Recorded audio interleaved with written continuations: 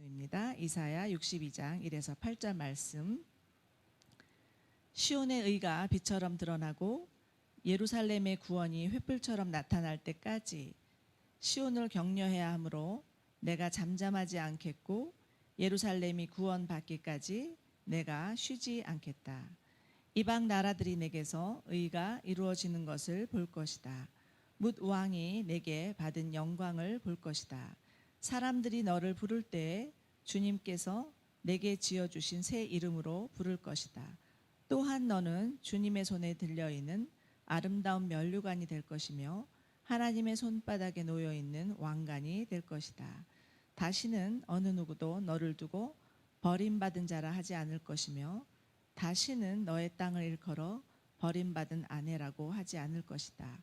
오직 너를 하나님께서 좋아하시는 여인이라고 부르고 내 땅을 결혼한 여인이라고 부를 것이니 이는 주님께서 너를 좋아하시며 내 땅을 아내로 맞아주는 신랑과 같이 되실 것이기 때문이다. 총각이 처녀와 결혼하듯이 너의 아들들이 너와 결혼하며 신랑이 신부를 반기듯이 내 하나님께서 너를 반기실 것이다. 예루살렘아, 내가 너의 성벽 위에 파수꾼을 세웠다. 그들은 밤이나 낮이나 늘 잠잠하지 않을 것이다. 주님께서 하신 약속을 늘 주님께 상기시켜 드리는 너희는 가만히 있어서는 안 된다. 늘 상기시켜 드려야 한다. 주님께서 예루살렘을 세우실 때까지 쉬시지 못하게 해야 한다. 또 예루살렘이 세상에서 칭송을 받게 하기까지 주님께서 쉬시지 못하게 해야 한다. 주님께서 그의 오른손 곧 그의 능력 있는 팔을 들어 맹세하셨다. 내가 다시는 내 곡식을 내 원수들의 식량으로 내주지 않겠다. 다시는 내가 수고하여 얻은 포도주를 이방 사람들이 마시도록 내주지 않겠다. 아멘. 예. 우리 정부의 이 대면 예배 금지로 인해서 우리 한국 교회가 진통을 지금 경험하고 있습니다. 역사상 이런 초유의 경험을 하면서 참 일부 교회들은 이 신앙의 자유를 억압하는 부당한 명령이라고 생각하면서 여러분 정부를 향해서 우리 적극적인 비판과 또 대면 예배를 강행하고 있는 상황입니다. 안 그래도 교회가 이번 슈퍼 전파의 주된 역할을 했다는 이유로 사회적으로 주목을 받고 있는 상황인데 이러한 일부 교회들의 반응이 사회적으로 교회를 반이성, 비이성적인, 비상식적인 집단으로 인식시키는 것 같아서 심히 우리 마음에 안타까움이 있습니다. 여러분, 정부의 일방적인 대면 예배 금지 결정에 대해서 당연히 교회로서 부당하게 느낄 수도 있고 또 정부의 방역 실패에 대한 책임을 전적으로 교회로 돌리는 것 같아서 정부를 향해서 대립각을 세우는 것도 이해가 됩니다. 하지만 여러분, 이런 상황을 교회를 핍박하는 정부의 적그리스도적인 행태로 이해하는 것은 바람직한 이해가 아닌 것 같습니다. 왜냐하면 이러한 조치는 국민의 건강을 보호하기 위한 국가의 책임과 역할로 충분히 받아들일 수 있기 때문입니다. 우리가 모두가 알듯이 기독교 신앙의 본질은 순교의 신앙입니다. 여러분, 기독교 초기부터 여러분 신앙의 핍박 가운데서도 기독교는 타협하지 않는 공동체로 우리는 싸우며 성장해 왔습니다. 지난 2주간의 설교를 통해서 저는 다니엘의 스토리를 나누었는데요. 이미 나누었듯이 여러분, 다니엘은 수많은 유혹과 핍박 가운데서도 타협하지 않는 믿음의 사람이었던 것을 우리에게 보여주셨습니다. 여러분, 그렇지만 여러분, 이 타협하지 않는 믿음, 여러분, 이 타협하지 않는 믿음을 이번 우리의 상황에서 단순히 대면 예배를 강행하는 것으로 적용하는 것은 지혜로운 적용이 아닙니다. 여러분, 다니엘 시대 생각해 보십시오. 다니엘 시대에도 여러분, 이스라엘 민족은 여러분 바벨론의 포로로 끌려가죠. 여러분, 그러면서 그들의 성전이 파괴되고 성전의 모든 기물들을 다 빼앗겼습니다. 그리고 그들은 바벨론의 포로 생활을 하면서 성전 없이 살아야만 한 그때가 있었습니다. 여러분, 이스라엘 민족에 있어서 이 성전이 얼마나 중요했습니까? 이 성전은 이스라엘 민족들이 하나님을 만나는 거룩한 장소였고 하나님의 임재를 경험하는 장소였고 성전은 그들의 삶의 중심이었기 때문에 여러분 성전 없이 살아가는 그들의 삶은 상상도 할 수 없는 일이었습니다. 여러분 그들의 신앙은 사실 장소 중심의 신앙이었죠. 그렇지만 이제 그들은 더 이상 장소 중심의 신앙생활을 할 수 없는 상황에 이르게 된 것입니다. 그렇지만 이런 상황에도 불구하고 다니엘은 자기 자신의 집에 기도실을 만들고 하나님을 예배하는 삶을 계속해서 지켰던 삶을 우리에게 보여주시죠. 여러분 교회의 장소와 모임은 기독교 공동체에 있어서 너무나 소중하고 너무나 중요한 역할을 해왔습니다. 하지만 지금은 여러분 장소 중심의 신앙을 고집하기보다 여러분 삶의 현장에서 예배 본질에 충실해야 할 때입니다. 여러분 예수님께서도 예배에 대해서 말씀하시면서 요한복음 4장의 말씀에 보면 여러분 사마리아 여인이 예수님을 만나고 나서 질문하죠. 우리가 어디서 예배를 드려야 하나님께서 기뻐하십니까? 라는 질문을 할 때 예수님께서는 이렇게 답변하시죠. 이 산에서도 예배를 드려야 한다거나 예루살렘에서도 예배를 드려야 한다거나 그것이 중요하지 않을 때가 올 것이라고 말씀하십니다. 그리고 주님께서 말씀하시는 것은 23절에 참으로 예배를 드리는 사람들은 참된 예배를 드리는 사람들은 영과 진리로 성령과 말씀 안에서 아버지께 예배를 드릴 때가 올 것이다 말씀하시면서 바로 지금이 그때다라고 말씀하십니다. 예수님께서는 이렇게 아버지께서는 이렇게 자기를 찾는 자를 찾으신다고 말씀해 주셨습니다.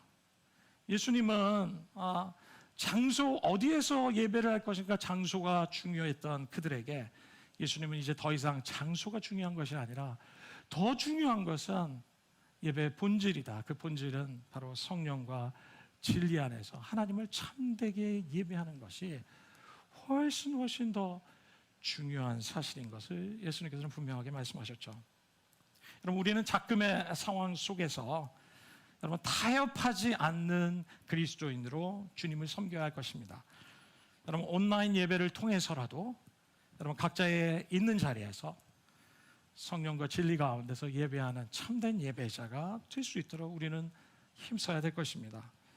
여러분 많은 분들이 온라인 예배를 지난번에 경험하면서 저는 온라인 예배 참 너무 불편합니다. 또 온라인 예배가 아무래도 은혜가 좀 떨어집니다 하는 분들 계시고요. 또 집중이 잘 안 되는 것 같아요 라고 말씀하시는 분들이 참 많이 그런 반응들이 많이 있었습니다. 정말 맞습니다. 우리 온라인 예배는 참 많은 한계가 있습니다. 우리를 정말 이렇게 집중하지 못하게 하는 많은 것들이 있죠. 여러분 그렇기 때문에 여러분 우리는 더 기도하는 마음으로 주님께서 말씀하시는 이 온라인 예배의 현장에서도 정말 참되게 성령과 진리 안에서 참된 예배가 될 수 있도록 더 기도해야 될 것이에요. 더 힘써야 될 것입니다. 우리가 더 결단하고 우리가 정말 믿음의 싸움으로 우리가 정말 결단과 또 작은 노력들이 필요합니다. 저는 어떠한 우리의 몇 가지 작은 노력들이 필요한 것 같은데요. 첫 번째는 우리가 온라인 예배에 지각하지 않는 겁니다. 여러분 정시에 들어올 수 있도록 여러분 노력해 주시고 지금 몇 명이 들어왔는지 모르지만 지난주에 들어온 현장 예배 숫자를 보면서 제가 깜짝 놀랐습니다. 다들 어디 가셨나? 잠들어 계시나? 이런 생각을 할 정도로 여러분 또 우리가 이 온라인 예배를 미리 준비하셔서 미리 컴퓨터를 셋업하고 여러분 준비 기도하시면서 정시의 시작을 우리가 기도하는 것은 너무 중요할 것 같습니다. 여러분 잠옷바람이나 여러분 침대에 누운 채로 예배하지 않도록 힘써 주십시오. 복장이 중요한 것이 아니라 그것에서 오는 우리의 마음이 더 중요하기 때문에 그렇죠.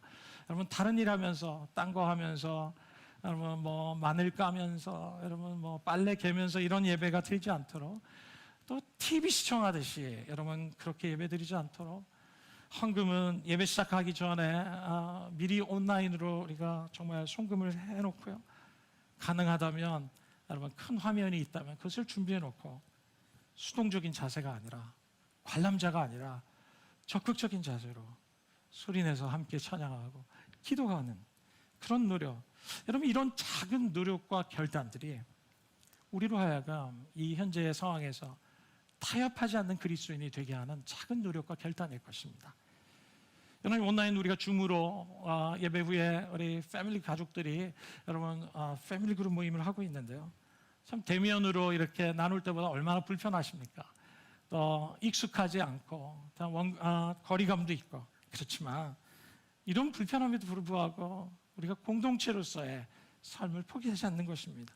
온라인을 통해서라도 서로의 삶을 나누고 격려하고 이 어려운 시간에 더 힘써서 서로를 위해서 기도하고 서로의 안부를 묻고 격려하는 그런 놀라운 일들이 타협하지 않는 공동체의 모습일 것입니다. 우리는 이 비대면의 상황일지라도 여러분 우리 기도 모임을 계속해서 진행하려고 합니다. 목요 중보기도 모임에 여러분 시간이 되시는 분들은 접속해 주시고 또 지금도 이 온라인의 상황으로 우리는 말씀을 양육이 진행되고 있습니다. 참여자들의 반응이 굉장히 좋습니다. 처음에는 거부감이 있었는데 해보니까 너무 좋네요. 뭐 전혀 문제가 없네요 라고 반응해 주셔서 저도 큰 위로가 됩니다. 여러분 타협하지 않는 그리스도인의 모습은 우리가 이렇게 마음껏 교회에서 신앙생활을 할 수 없지만 그럼에도 불구하고 기도를 포기하지 않고 여러분 우리의 삶의 현장에서 우리의 가정에서 기도실을 셋업하고 하나님 앞에 우리가 기도하는 삶을 그치지 않고 계속해서 우리가 정말 온라인의 상황이나 대면 예배의 상황이나 코로나의 상황이든 아니든 전과 동일하게 아니면 전보다 더 간절하게 우리가 하나님을 향해서 여러분 뒤로 물러서지 않고 믿음의 본질을 지켜가고 애를 쓰는 그런 우리의 결단들, 이것이 바로 타협하지 않는 그리스도인의 모습이 아니겠습니까? 사람들을 비대면으로 접촉할 수 없는 상황이지만 이웃들에게 여러분 비대면 접촉을 통해서 더 관심을 갖고 연락하고 케어하고 복음을 전하고 우리 예배 링크도 보내주고 예배에 참석할 수 있는 기회를 심어주고 지금 상황에서 너무나 어려운 마음이 어려운 사람들에게 주님의 평안으로 기도해 줄 수 있다면 여러분 지금이야말로 정말 예수님의 복음을 전할 수 있는 예수님의 살아계심으로 위로할 수 있는 이 비대면의 상황이 오히려 더 큰 영적인 기회가 될 수 있다고 저는 믿습니다. 다니엘에게 있었던 정말 중요한 믿음을 우리는 다니엘서에서 발견하는데요. 그것은 바로 그리 아니하실지라도의 믿음입니다. 정말 어려운 상황일지라도 사자굴에 갇혀서 주님께서 구해주시지 않을지라도 불편한 상황일지라도 사람들의 오해와 미움을 받고 있는 상황일지라도 우리는 충성되게 주님을 컨시스턴트하게 주님을 따라가는 주님의 제자들이 되시기를 주님의 이름으로 축복합니다. 이것이 그리스도의 기독교 신앙이고 이것이 성경에서 말씀하시고 계시는 믿음이요 이것이 타협하지 않는 신앙이고 이것이 바로 기독교의 본질인 순교적인 신앙이라고 저는 믿습니다. 여러분 앞으로 우리는 교회에 어떻게 보면 정말 우리가 받아들일 수 없는 비성경적인 압력이 정부로부터 올 때가 있을지도 모르겠습니다. 여러분 우리는 그때 타협하지 않아야 될 것입니다. 싸워야 될 것입니다. 그러나 지금의 상황은 그렇지 않습니다. 오히려 방역을 위해서 수고하고 있는 여러분 방역 당국과 여러분 공무원들, 의료진, 제가 어저께 유튜브를 보다가 이 방역 팀들이 여러분 그 방역 확진자가 생겼을 때 그 주변 사람들을 추적하는 여러분 그 일들을 하면서 너무나 애를 쓰고 힘들어하고 있는 그런 상황들을 유튜브로 만든 그 영상을 제가 보게 됐는데요. 좀 저들을 위해서도 기도해야겠다라는 생각이 들었습니다. 우리가 그들을 더 기도하고 격려하는 교회가 되어야 될 것 같고요. 코로나 이런 국가적인 총체적인 이런 문제 해결에 오히려 교회가 앞장서서 협력하고 격려하고 도와주고 힘써주는 그런 중요한 시기가 바로 지금의 시기라고 저는 믿습니다. 2020년 1월 달에 여러분 기독교 윤리 실천 운동본부에서 발표한 한국 교회 신뢰도 조사 결과가 있었습니다. 여러분 우리나라 국민들이 우리 한국 교회에 대한 신뢰가 32%밖에 되지 않는다는 아주 충격적인 설문조사가 있었습니다. 32%. 지금 교회가 이 퍼센트는 지금 교회가 우리 한국 교회가 이 사회에 어떠한 이미지로 나타나고 있는지를 우리가 느낄 수 있는 통계입니다. 근데 저는 더 충격적인 설문 결과를 보게 되었습니다. 지난 6월 초에 여러분 엠브레인 트렌드 모니터라는 기관에서 이 종교에 대해서 대국민 인식 조사를 했는데요.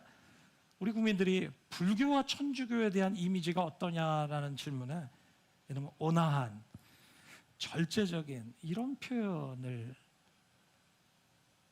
이런 이미지를 가지고 있다고, 이런 긍정적인 이미지를 가지고 있는 것을 보고했습니다.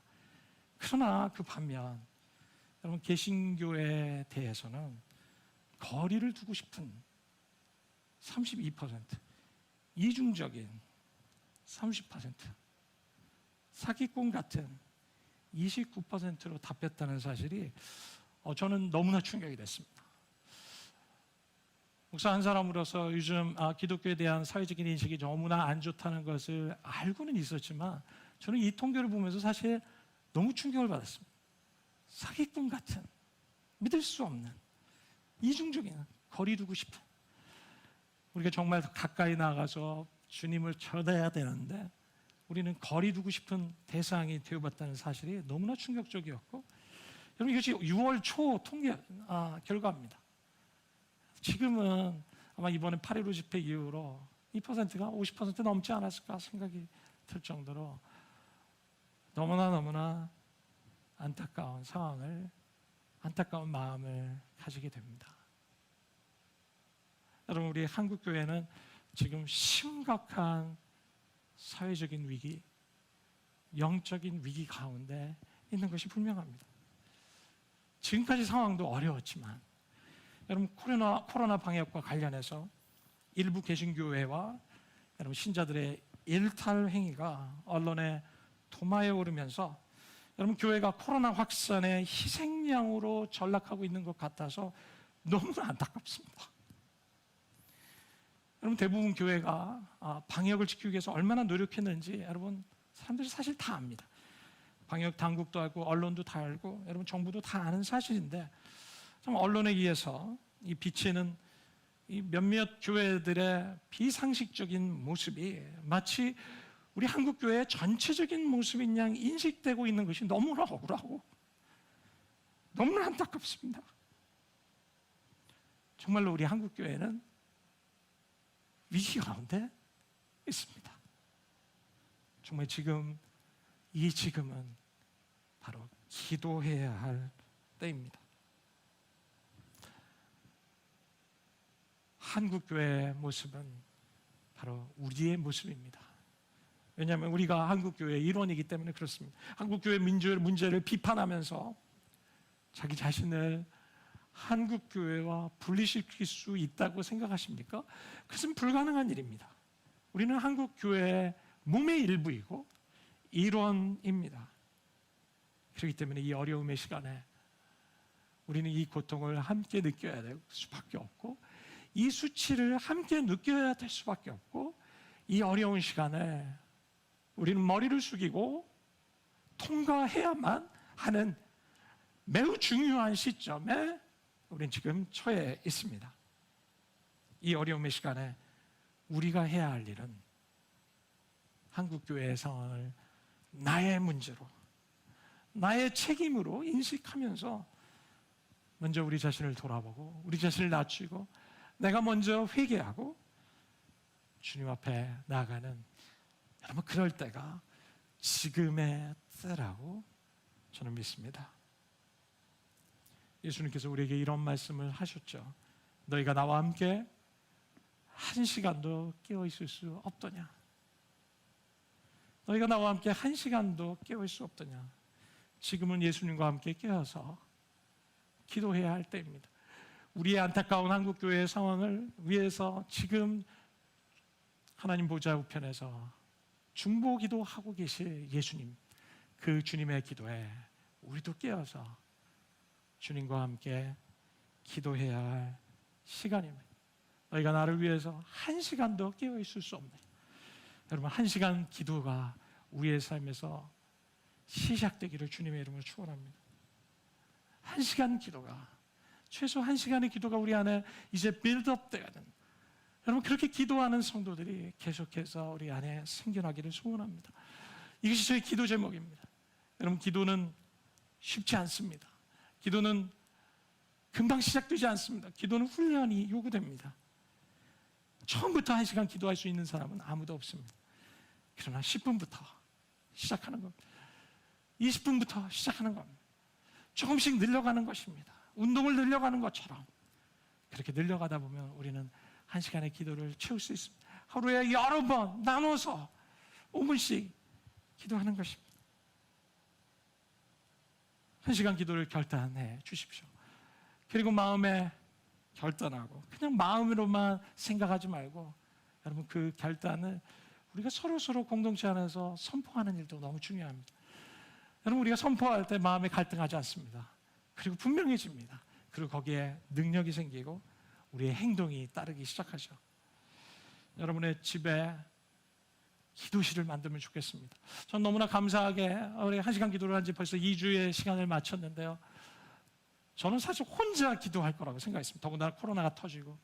근데 너무나 감사한 거는 제가 하루도 혼자 기도한 적이 없었다는 사실입니다. 제가 뜻하지 않은 사람들이 와서 함께 기도하게, 우리가 방역 수칙을 다 지키면서 이곳에 여러 곳에 터져서 여러분 환풍기를 켜놓고 모든 문제가 없이 여러분 철저하게 하지만 정말 하나님이 정말 이 시간이 아니었으면 안 될 그런 사람들이 와서 기도하는 것을 보면서 하나님이 이 시간을 시작하셨구나 하는 생각에 너무나 감사한 마음이 있습니다. 여러분, 이 교회에 못 오셔도 좋습니다. 상황들 충분히 이해합니다. 그러나 교회에 못 오실지라도 우리의 삶의 현장에서, 우리의 가정에, 우리의 일터에, 아니면 여러분의 어떠한 방법으로 어떠한 창의적인 공간을 창출하셔서 각자만의 기도실을 셋업해 주시기 바랍니다. 여러분의 생명의 시간, 하나님과 거할 수 있는 여러분 기도실을 창의적으로 만들어 주셔서 바로 그곳에서 여러분들이 이 어려운 코로나의 시간들 안에 하나님의 풍성함을 경험하고 하나님과 함께 하나님의 은혜로 이 어려움의 시간들을 통과할 수 있는 그런 놀라운 힘의 근원을 경험하게 되는 역사가 여러분의 기도실에서 1시간 기도가 빌드업되면서 기도 하나님과 더 깊은 관계를 가지면서 이 비대면의 시간에, 이 비접 언택트의 시대에 우리는 하나님과 인간적인 모든 컨택이 다 끊어지는 이 시대에 하나님은 우리에게 하나님과 컨택할 수 있는 그런 놀라운 은혜의 자리로 저 여러분들을 초청하고 계시다고 저는 분명히 믿습니다.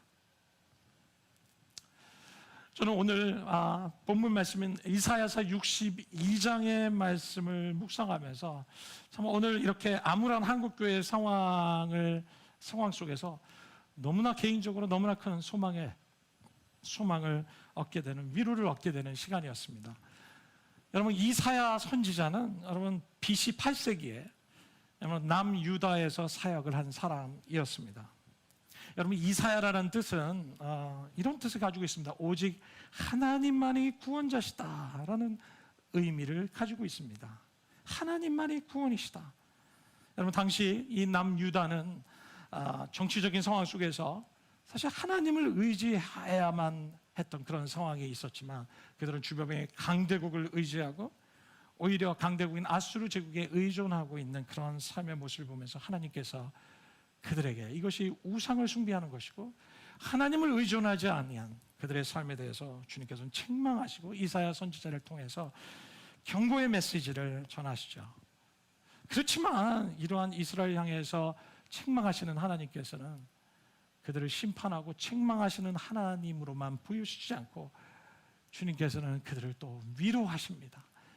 위로하시고 격려하시고 그들에게 소망을 주시고 아직 끝나지 않았다 말씀하시고 내가 너희를 회복시킬 것이다 라는 주님의 의지와 계획을 말씀하시고 뜻을 말씀해 주시고 주님께서는 그들에게 약속을, 소망과 회복의 약속을 하시는 여러분 이 말씀의 성경이 바로 이사야 선지자를 통한 이사야서입니다. 저는 특별히 이사야서 오늘 본문 말씀인 62장 1절에서 8절의 말씀을 통해서 여전히 우리가 소망을, 이런 어려운 가운데서도 이렇게 실패한 상황 가운데서도, 이렇게 죄악 가운데 하나님의 진노를 경험하고 있는 상황 가운데에서도 여전히 소망을 가져야 할 세 가지 이유를 발견할 수 있었습니다. 위기를 경험하고 있는 우리 개인의 삶이나 특별히 이 위기 가운데 있는 한국 교회를 향한 저는 주님의 위로의 말씀이 아닌가 생각합니다.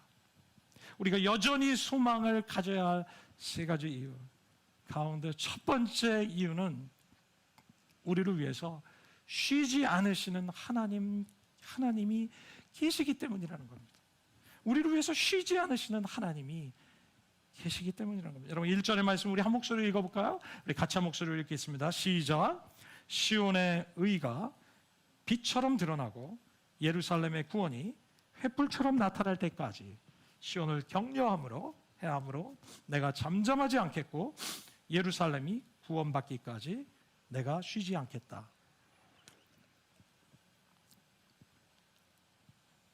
여러분 죄와 우상 숭배로 하나님을 떠나 징계를 받고 있는 이스라엘임에도 불구하고 하나님은 그들을 회복하고 격려하고 그들을 위해서 잠잠하지 않고 쉬지 않겠다고 말씀하십니다.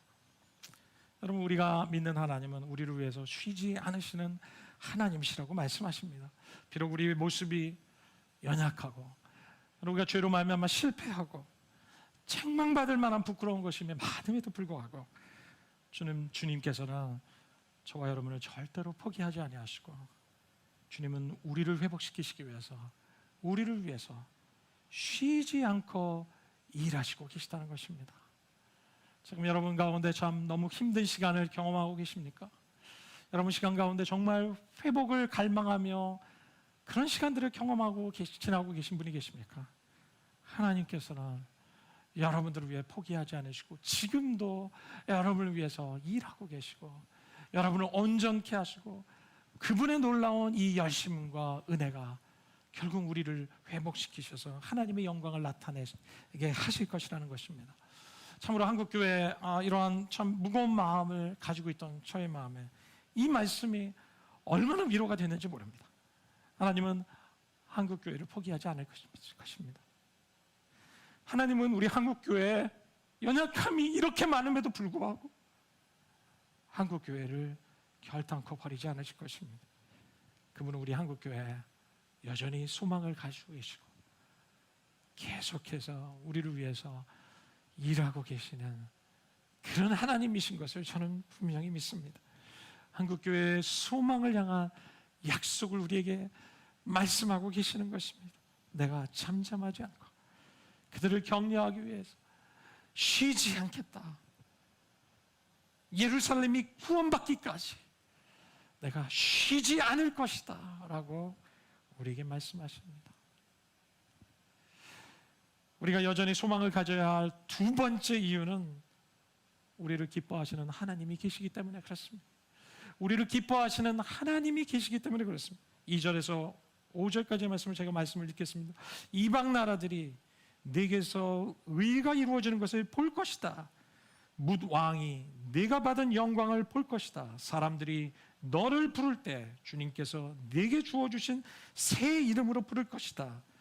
또는 너는 주님의 손에 들려있는 아름다운 면류관이 될 것이며 하나님의 손바닥에 있는 왕관이 될 것이다. 바로 너는 누구를 얘기합니까? 이스라엘 백성들을 얘기하는 것이죠. 하나님은 이 이스라엘 백성들에게 의가 이루어지는 것을 볼 것이다. 네가 받은 영광을 볼 것이고 사람들이 너를 볼 때 주님께서 주신 새 이름으로 부를 것이라고 말씀하십니다.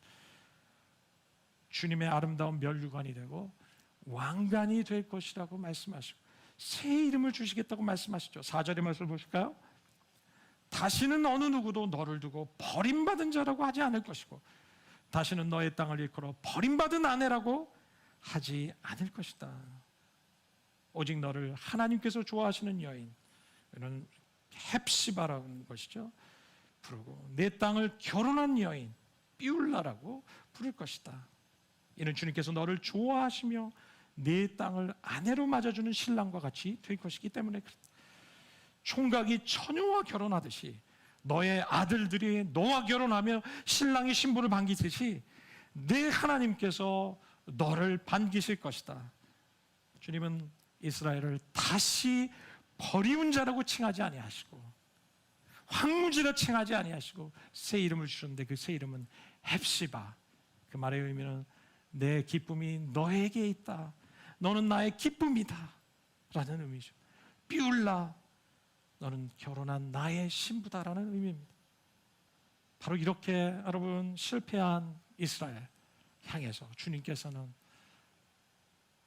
그들을 향해서 너는 내 기쁨이다, 내 기쁨이 너에게 있다는 새 이름을 주시고 너는 이제 내 신부다, 비울라라라는 새로운 이름을 주셨던 것이죠. 이런 하나님의 선포를 들으면서 누군가 옆에서 말할지도 모르겠습니다. 하나님, 이 이스라엘 민족이 얼마나 문제 많은 사람인 줄 아십니까? 근데 하나님께서 이들과 결혼을 하신다고, 이들을 신부로 맞이하신다는고요? 제정신이십니까? 다시 한번 생각해 주시죠. 말도 안 됩니다.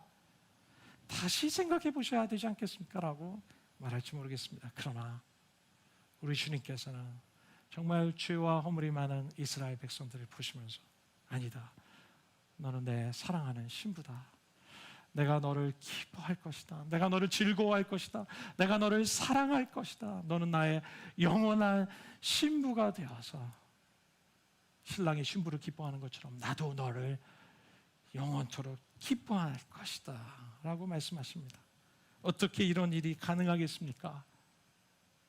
이스라엘의 모든 허물을 덮을 만한 놀라우신 아버지의 큰 사랑 때문에 가능한 일이 아니겠습니까? 이스라엘 민족 때문이 아니라 그들의 모든 허물을 덮으신 하나님의 놀라우신 사랑 때문에 이 일이 가능하게 된 것이죠. 여러분, 오늘은 이 말씀을 보면서 우리는 하나님께서 우리의 연약한 우리를 이렇게 대하고 계신다는 사실을 우리가 믿으셔야 합니다. 우리는 연약하죠. 누구보다도 우리는 우리의 실패를 잘 알고 누구보다도 우리의 연약함, 우리가 하나님의 기쁨이 되지 못할 것이라는 생각이 우리 속에 가득 차서 살아가는 경우가 얼마나 많습니까? 그러나 주님은 우리에게 말씀하십니다. 너는 내 기쁨이다, 너는 내 신부다, 내가 너를 사랑한다, 내가 너와 함께 영원히 살 것이다. 우리에게 말씀하시면서 우리를 버리지 않고 오히려 우리에게 놀라운 소망과 사랑의 눈빛으로 우리를 바라보고 계시다는 사실을 우리가 잊지 말아야 될 것입니다. 저는 우리 연약함이 많은 우리 한국교회, 그렇지만 하나님이 우리 한국교회를 이렇게 대하시라고 좀 믿습니다. 하나님이 우리 한국교회를 결단코 포기하지 아니하시고 버리지 아니하시고 내가 너를 신부로 삼을 것이다, 내가 너를 사랑한다, 기뻐한다, 내가 그런 나의 신부가 될 것이다 라고 우리에게 주님의 소망으로 말씀하신 줄 믿습니다. 주님이 포기하시지 않기 때문에 우리도 포기하지 않고 주님이 소망을 가지고 계시기 때문에 우리도 소망을 가져야 될 줄 믿습니다. 세 번째, 우리가 여전히 소망을 가져야 할 세 번째 이유는 우리를 파수꾼으로 세우시는 하나님 때문입니다. 우리를 파수꾼으로 세우시는 하나님 때문입니다. 6절의 말씀을 제가 읽을까요? 예루살렘아, 내가 너의 성벽 위에 파수꾼들을 세웠다. 그들은 밤이나 낮이나 늘 잠잠하지 않을 것이다. 주님께서 하신 약속을 늘 주님께 상기시켜 드려야 할 너희는 가만히 있어서는 안 된다. 늘 상기시켜 드려야 한다. 주님께서 예루살렘을 세우실 때까지 쉬시지 못하게 해야 한다. 예루살렘이 세상에서 칭송을 받게 하시기까지 주님께서 쉬지 못하게 해야 한다. 주님께서 그의 오른손 곧 그의 능력이 있는 팔을 들어 맹세하셨다. 내가 다시는 내 곡식을 내 원수들의 식량으로 내주지 않겠다. 다시는 내가 수고하여 얻은 포도주를 이방 사람들이 마시도록 내주지 않겠다. 하나님께서는 이 이스라엘을 회복하셔서 그들을 파수꾼으로 세우시겠다고 하십니다. 내가 너의 성벽 위에, 예루살렘의 성벽 위에 파수꾼을 세울 것이다. 여러분, 이 파수꾼의 역할은 무엇입니까? 높은 성벽에 올라서 밤이나 낮이나 늘 깨워서 여러분 파수하는 자를 얘기하는 거죠. 6절의 말씀에 그 파수꾼이 할 일은 무엇입니까? 밤이나 낮이나 늘 잠잠하지 않을 것이라 말씀하십니다. 주님께서 하신 약속을 늘 상기시켜 드리는 자라고 말씀하십니다. 여러분 7절의 말씀에 또 뭐라고 얘기하시면 주님께서는 예루살렘을 다시 회복시킬 때까지 주님을 쉬지 못하시게 하는 자, 그가 바로 파수꾼이라고 말씀하십니다. 예루살렘이 세상에서 칭송을 받게 하시기까지, 회복되기까지 주님을 쉬지 못하게 하는 자, 그들이 파수꾼입니다. 그들은 바로 누구를 얘기합니까? 그들은 바로 주님 앞에서 기도하는 중보 기도자들, 기도하는 파수꾼들인 것이죠. 하나님은 이 땅에 하나님의 나라가 이루어지도록 하시기 위해서 주님께서는 기도하는 파수꾼들을 세워나가십니다. 그래서 그들을 통해서 주님의 뜻이 이 땅에 계속해서 이루어질 수 있도록 역사하십니다. 주님의 영광이 이 땅에 회복되기까지 주님을 쉬시지 못하게 하는 자, 주님의 약속을 상기시켜드는 자, 이런 기도하는 파수꾼들을 세우기 원하십니다. 하나님은 이 땅의 교회가 바로 이 주님의 영광을 회복하기 위해서 저와 여러분을 이 파수꾼으로, 기도하는 중보자로 세우기를 원하십니다. 여러분, 이 중보자의 초청에, 하나님의 초청에 여러분 우리 자신을 드리면서 헌신하면서 나의 인생을 중보 기도자로 드리시지 않겠습니까? 파수꾼은 잠들거나 졸아서는 안 됩니다. 군대에서도 얘기가 있죠. 경계에 실패한 군인은 용서받을 수 없다는 말이 있습니다. 여러분, 우리는 파수꾼으로 깨어 있어야 합니다. 여러분, 영적으로 깨어나셔야 합니다. 영적으로 깨어서 잠에서 일어나 어둠 가운데 빛을 발하는 주님의 파수꾼으로 주님께서 여러분들을 세우기를 원하십니다. 사랑하는 형제자매 여러분, 지금은 기도해야 할 때입니다. 세계적인 팬데믹 상황에서 지금은 정말로 기도해야 할 때입니다. 나의 문제와 내 기도 제목, 나의 이슈를 뛰어넘어서 우리는 하나님 나라, 무너진 세상을 다시 수축하고 빌드업하고 이 땅에 무너진 성벽을 다시 쌓고 하나님의 멸망을 막아서 그 틈벽에 서서 주님의 멸망을 막아서 주님의 중보자로 우리는 서야 할 때입니다. 한국교회를 위해서 기도해 주십시오. 하나님이 아직도 사랑하시는 교회, 하나님이 아직도 소망을 가지고 계시는 그리스도의 신부이기 때문에 우리는 이 한국교회 교회를 회복을 위해서 기도해야 될 것입니다. 말씀을 맺겠습니다. 그 어떤 상황에서도 우리가 아직 소망을 가져야 하는 세 가지 이유. 첫 번째, 우리를 위해서 쉬지 않으시는 하나님이 계시기 때문입니다. 우리를 위해서 기뻐하시는 하나님이 계시기 때문에 그렇습니다. 우리를 파수꾼으로 세우시는 하나님 때문에 우리는 절대로 낭망하지 아니하고 여전히 소망을 가져야 합니다. 두려워하지 마십시오. 낭망하지 마십시오. 좌절하지 마십시오. 이사야의 선지자의 의미처럼 오직 하나님만이 우리의 구원이 되십니다. 하나님만이 우리의 소망이 되십니다. 그 주님만을 바라보며 나가는 우리 워시프론트 형제자매 여러분들이 되시기를 주님의 이름으로 축원합니다. 살아계신 하나님, 우리로 하여금 낭망하지 아니하고 이 시대에 하나님이 가지신 소망을 깨닫게 하시고 하나님의 기쁨을 깨닫고 하나님의 계획을 깨닫고 나가는 주님의 종들이 될 수 있게 해 주시옵소서. 할렐루야. 예수님의 이름으로 기도드립니다. 우리 함께 찬양할까요? 내 맘에 힘이 겨워, 내 맘에 힘이 겨워 지칠지라도 주님 나를 지켜주시네.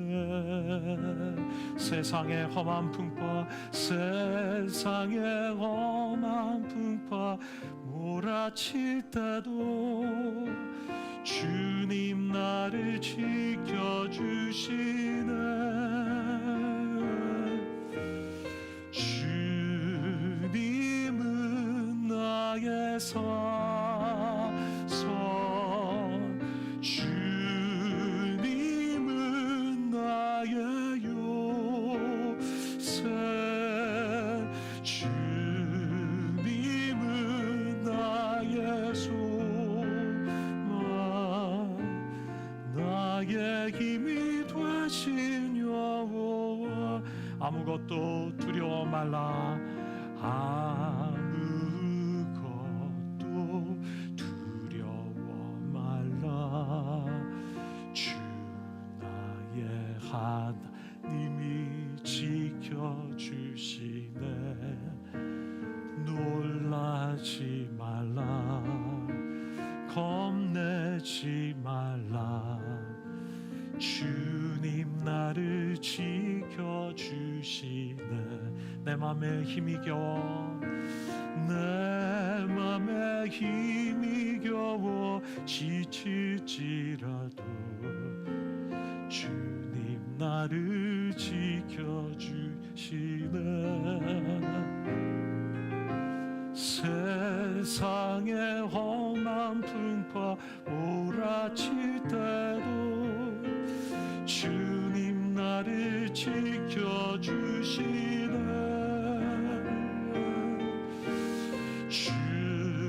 주님은 나의 산소, 주님은 나의 요새, 주님은 나의 소망, 나의 힘이 되신 여호와. 주님은 나의, 주님은 나의 산소, 주님은 나의 요새, 주님은 나의 소망, 나의 힘이 되신 여호와. 여러분, 이 시간에 우리 함께 기도할 때 하나님, 우리 한 사람 한 사람 우리 자신을 드리면서 주님 파수꾼의 사명을 감당하게 해주십시오. 주님, 파수꾼으로 부르시는 주님 앞에 내 자신을 드리며 나갈 수 있게 해주십시오. 영적으로 깨어있게 해주십시오. 중보기도자로 살 수 있게 해주십시오.